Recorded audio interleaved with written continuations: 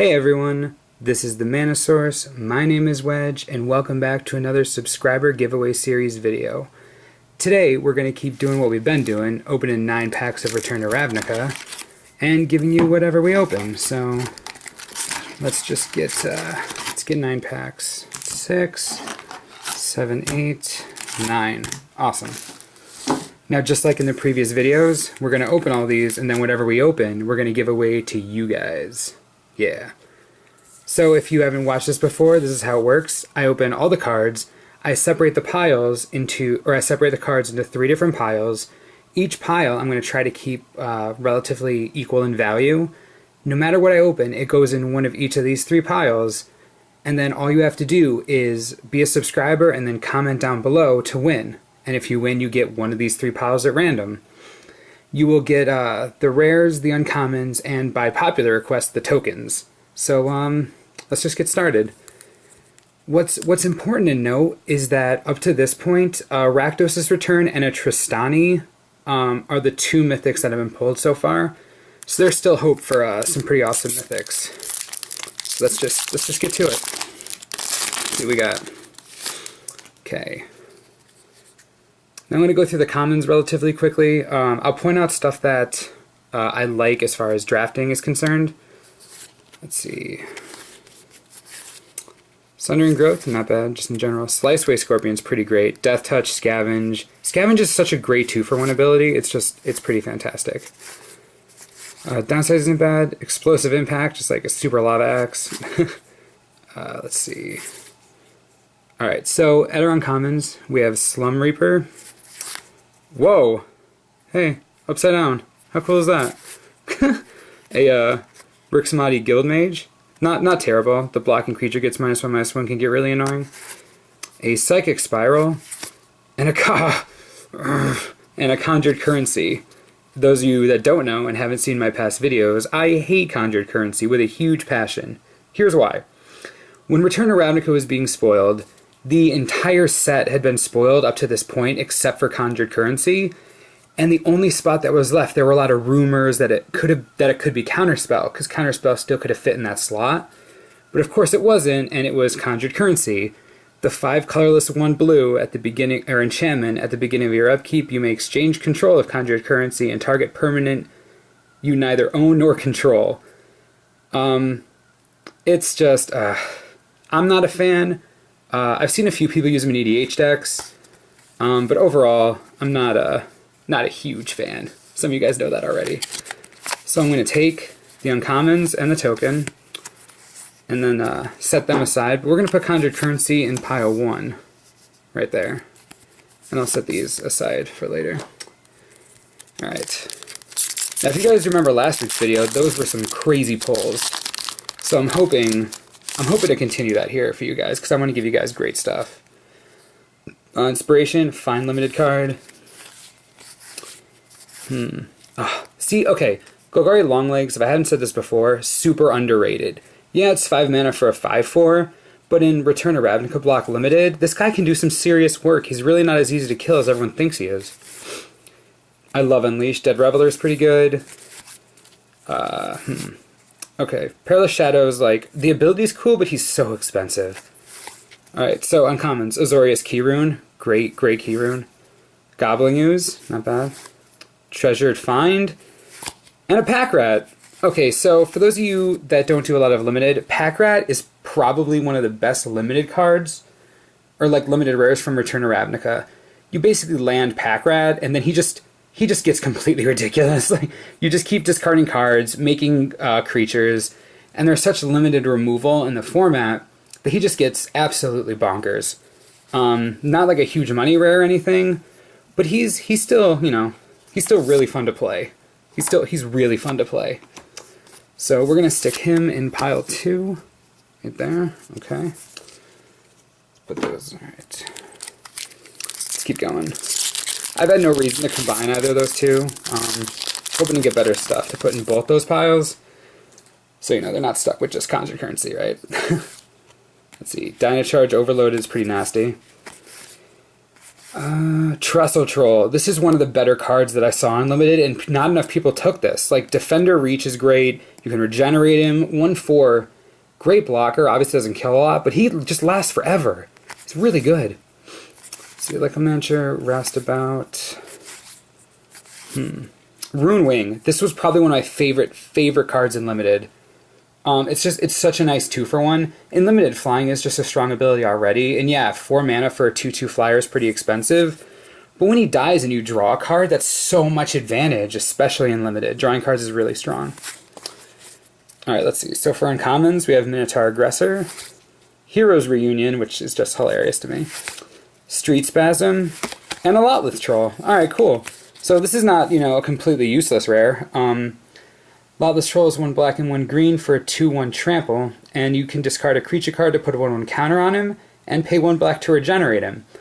When this guy first came out, and zombies was such a huge thing in Innistrad block, mono black zombies for a while, part of those decks became black-green zombies, mainly because Lotless Troll was just really good at the time, and it was so nice to discard your grave crawlers and just bring them back.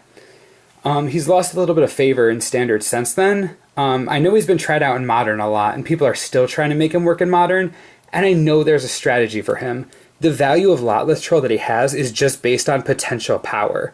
He just seems like a great card, he's so cheap, he can get big really fast, he really does good stuff. He really does. So, we'll stick him in pile 3 for now. But remember, I can move these piles around pretty much anytime I want, because, I have the ability to do that. Okay, let's keep going. Alright, so not bad. We got a Lotless Troll. It's a pretty good card. People definitely like it, and definitely want it. Paralyzing Grasp. In limited formats, abilities like this, like Paralyzing Grasp or Claustrophobia, are like some of my favorite cards, and they're overlooked way too much in draft. You should be taking these a lot sooner than most people do. Hey, there's Long Legs. Gorehouse Chainwalker, almost by himself, tricks me into playing Rakdos like all the time. It's terrible, because I end up doing poorly with Rakdos, but this guy's 3/2 for 2. Really strong. Let's see. Not bad at all. Alright. Uncommons, we have Codex Shredder. Never seen anyone play that card. Is a Key Rune. That's cool, we're getting some more Key Runes. Tablet of the Guilds. One of the coolest arts for sure. And a Havoc Festival. Ooh, and a foil Acoustide. That's pretty. Alright, so Havoc Festival. We have 4 colorless, 1 black, 1 red. For an enchantment, players can't gain life. And at the beginning of each player's upkeep, that player loses half of his or her life rounded up. So, Havoc Festival might as well be called Havoc of EDH Festival, because that's hysterical. I mean, come on. That is so funny. Like, just imagine laying that as soon as possible in EDH. The games just become absolutely insane. Granted, this doesn't see much constructed play. I know a lot of people that run the Rakdos colors that absolutely love this for EDH, so while it's not worth much, we're going to put it in the Lotleth Troll pile, because he gets some value. Let's take out, so you get the foil and uncommons. Here we go. Okay. Let's keep going. We're almost halfway through. Alright. Let's see here. Deviant Glee is great. In those Rakdos decks that I tell you that I get completely tricked by, Deviant Glee is in there most of the time. It assists in tricking me. Great combat trick. I can't decide if this guy's good, right? Because if you play the 5 mana 5/3, he obviously, he brings stuff down with him, but he's so fragile. But if you're playing a Rakdos type deck, not having, your blockers aren't exactly your top priority, you know what I mean? So a 6/4 is not terrible. I consider playing him, I'm just not really sure. This card's pretty cool. One of my friends loves this. Towering Indrik, Giant Spider. Giant Spiders are always nice. There's my buddy Runewing.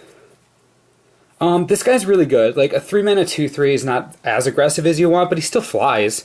And flying's great. Let's see. Uncommons. Civic Saber. We have a Rogue's Passage, which is a hysterical card. A Nivix Guild Mage, one of the cooler Guild Mages for sure. And an Azur's Elecutors. Okay, so For 3 colorless and 2 hybrid Azorius, you get a 3/5. And at the beginning of your upkeep, you put a filibuster counter on him. Then, if he has 5 or more filibuster counters on him, you win the game. And whenever a source deals damage to you, remove a filibuster counter from the Elecutors. So, when I played the pre-release, I obviously picked Azorius because, come on, by now you should know that I'm Azorius for life. And I pulled one of these, and I actually won 2 games by getting filibuster tokens, or filibuster counters. And that's pretty great when you have, or not great, it's easier when you have Detain, the Azorius mechanic from Return of Ravnica. Detain makes this possible. Obviously it's not great, and Ezreal's Elecutors is not amazing for its ability or anything. But 5 mana 3/5 isn't terrible, you know? And if your opponent starts drawing dead, you could just, you know, sneak into a victory for no reason. So I'm not, you know, he's interesting. Obviously not standard playable unless you can get some really cool Turbo Fog going on. Probably pretty good in Turbo Fog EDH. But, yeah. So we're going to put him right there in that 3rd pile because we know we have a lot with Stroll there, which is not bad. Let's take all these uncommons and tokens out. Yeah, you guys said you really like the tokens, so I'm going to make sure that I keep the tokens with everything, because I know you guys really like them. Alright, let's see.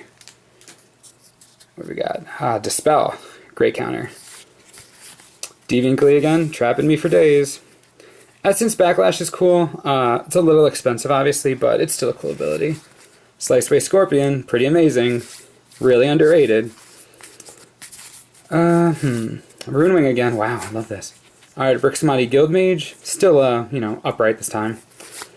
We have a Zanakiv Locust. Personally, I wouldn't play this card just because it is so expensive. But, you know, with Scavenge, like, you are getting a 2-for-1 there, but so expensive. A Risen Sanctuary. This guy's just a beast. And then a Precinct Captain. Okay, so I remember when Return of Ravnica first came out, people were really looking at Precinct Captain to be part of that white weenie deck.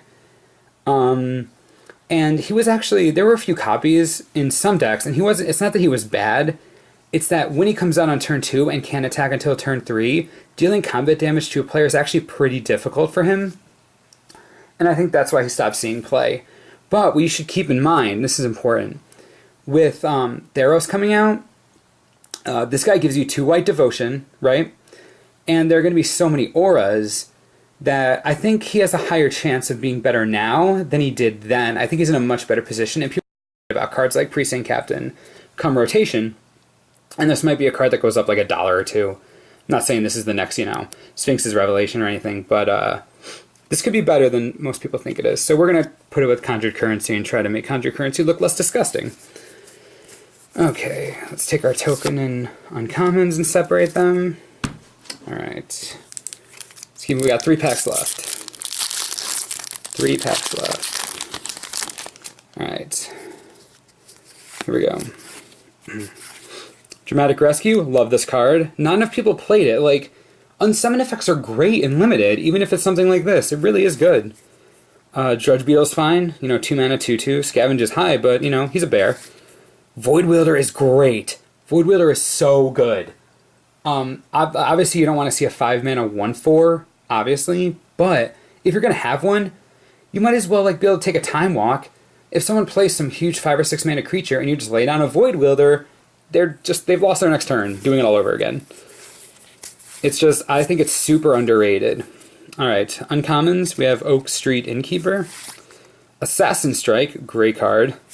Expensive, but great. Bloodfray Giant. Okay, this is probably the best Unleash card. I know I'm probably going to get people saying not so much in the comments, but I mean, he's 4 mana and trample, and he unleashes, becomes a 5/4 trample. I know he can't block, but you don't want him to block, you know what I mean? You want to just bash him in the face all the time. And this is just great value for that kind of card. Oh, and Amizium Mortars. Cool, cool. Oh, we have something else. Foil Inspiration. Oh, that's pretty. Awesome, okay. So Amizium Mortars, if you've watched my other videos, you've probably seen this card a billion times. Mainly because it's in every deck that runs red ever. It's just so strong. Like, yeah, it's a sorcery, but 2 mana deals 4 damage. That's not bad. But, like, its overload cost is what makes it crazy nuts. Yeah, it's 6 mana sorcery, and, like, I get that that can be expensive, but it kills so much in the format. You know, it really doesn't miss a lot of stuff. And it's just so powerful, and you see it in every deck running red because it is that powerful. And there really is no reason to think it'll get less powerful after rotation. Because remember, we're coming into after rotation, I'm expecting two big strategies to take effect. You're going to have those aggro strategies, which are either like red-green or white-red-green, and you're going to have the like mid-rangey control strategies, which are like rock or esper or blue-white, or even like blue-white-red. And if that happens, Mizzium Mortars is so well positioned to deal with those aggro decks. This card is just great, and I know people always are looking for this, so that's a really good card. It's a really good card to have. And you get some pretty cool uncommons and this awesome full inspiration. So let's put those aside. We're going to put this with Pack Rat. I might move that later, but for now it's going with Pack Rat. Alright, 2 packs left. Let's see what we got. Okay. Pursuit of Flight. Okay, so I do want to talk about this because I see this go far in drafts too. There's no reason this should go as late as it does. Even if you don't have blue, 2 mana for +2/+2 is fine. You can get it down an early creature. It's really powerful. More people should be using this. Pretty normal stuff. That's good. I talked about Knightly Valor last week, I think, and it's a good 2-for-1. You should definitely be using this. Hey, Annihilating Fire. That's a first pick red card if I've ever seen one. Hey, Goblin Rally. It's another great card. It's our first uncommon. Up, Slitherhead. There's a first pick. It's just so good. Like 1/1 scavenge 0. Come on now, that's just free. Rakdos Ragement, also good. Like, yeah, it's 5 mana for a 3/3, but you get lifelink, and it's the lifelink on a Rakdos. Like, that doesn't happen, you know? It's definitely a great card for limited. And we have a Wayfaring Temple. Okay. Wayfaring Temple is definitely not one of the most expensive cards. 1 colorless, 1 green, 1 white. Wayfaring Temple's power and toughness are each equal to the number of creatures you control, and whenever he deals combat damage to a player, populate. It's not that expensive because it's not used and constructed that much, but in limited, in like a very cool Selesnya strategy, this guy just goes crazy. I think people see him in draft and might not take him because they're so used to him not being worth anything, but he really can do nutty stuff if he gets through. Populate is a really strong mechanic that I think a lot of people weren't prepared for or really underappreciated because it was really strong. And they weren't ready for it, and a lot of people, especially during the pre-release, just stomped with Wayfaring Temple. So for now, I'm going to stick him in the middle pile. There you go. Let's hope we get something awesome here, because this is our last pack. See if we can do something. Okay, let's see, what do we got? Augur Spree, awesome. Awesome for limited. And like, it gives +4/-4, but you use it as a kill spell. You know, you never really use it on your own creatures. Unless you want to make your Azers... Unless you're running a weird deck and you want to make your Azers Elecutors a 7/1. It's funny. Common Bond is fine. Let's see. Stealer of Secret's not bad. Uncommon. Skyline Predator, great in limited. Great in limited. Flash is really strong. You can bait someone into this guy so easily. Call the Conclave, another great uncommon for pretty much everything. And I don't understand why it's not seeing as much play in Standard. I think it should be, because like, we're talking about 2 mana for 3/3, you know, like Watchwolf and then the upcoming Fleecemane Lion. Those are both good cards, and Call the Conclave is good too. I think it's just being overshadowed right now, and it shouldn't be. Then we have a Brush Strider, not bad. And a Carnival Hellsteed. We got a foil one of these in this box before this. So, Carnival Hellsteed, 6 mana for a 5/4 first strike haste, and you can unleash it. So when you play it, it really depends on what you want to do. You can leave it unleashed, right? And like a 5/4 is not terrible, and it has first strike, so you know that's good. But if you unleash it, you know, 6/5, getting to that 5 toughness threshold is definitely something to care about. And I think that's definitely an important thing to do. So it's obviously not the most expensive card. It's not like great, but it's not terrible. Let's see, so let's take, these are some really good uncommons though. So let's remove the uncommons. Then let's see. Okay, so Carnival Hellsteed. Right now it looks like he's going in pile 1. But you know what? I don't think these piles are as good as they should be. Or at least a few of them. I think the middle one is fine. You know what I'm gonna do? I'm just gonna throw an Overgrown Tomb onto that pile. I just feel like it needs it, you know, like, there's nothing there, you know, you got Lotless Troll there, Mizzium Mortar's there, and there should just be a fetch land here, or a shock land. So, to review our piles for this, we have a newly added Overgrown Tomb, because come on, this isn't enough, right? You know what I mean? Overgrown Tomb is going to make you guys forget all about Conjured Currency, so let's just do that. So we have Carnival Hellsteed, Precinct Captain, a nice Overgrown Tomb, and a Conjured Currency, because I really want to give you guys good stuff. In pile 2, we have a Wayfaring Temple, a Mizzium Mortars, and a Pack Rat. These are pretty good. Mizzium Mortars is a great card. Definitely would be good to have some. And in pile 3, we have an Azer's Elecutors, the EDH Bomb Havoc Festival, and a Lotless Troll, which people still want, and they're actually not that easy to get sometimes. So these are our 3 piles. Piles 1, 2, 3. Remember, all you have to do to enter is be a subscriber and then comment. And then if you win, your name will come up here. Oh, congratulations. So whoever, won the Geist of Saint draft, you must be pretty happy. Of course, then again, if you win pretty much any of those piles right here, then, you're pretty much in the money. So remember, subscribe, comment to enter, and then you don't have to like the video, but, it helps. So, why not? Until next time, thanks again for being a subscriber. My name is Wedge, this is the Mana Source, thanks for watching. See you next time.